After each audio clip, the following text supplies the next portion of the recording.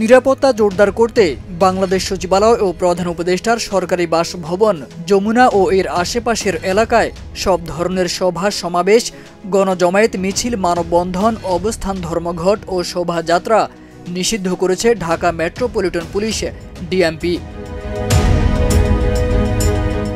৫ নভেম্বরের এক বিজ্ঞপ্তিতে বলা হয়েছে, জনশৃঙ্খলা বজায় রাখা এবং প্রধান উপদেষ্টার নিরাপত্তার স্বার্থে ঢাকা মেট্রোপলিটন পুলিশ অর্ডিন্যান্স এর ২৯ ধারায় অর্পিত ক্ষমতা বলে ৬ নভেম্বর থেকে পরবর্তী নির্দেশনা না দেওয়া পর্যন্ত এই নিষেধাজ্ঞা কার্যকর থাকবে।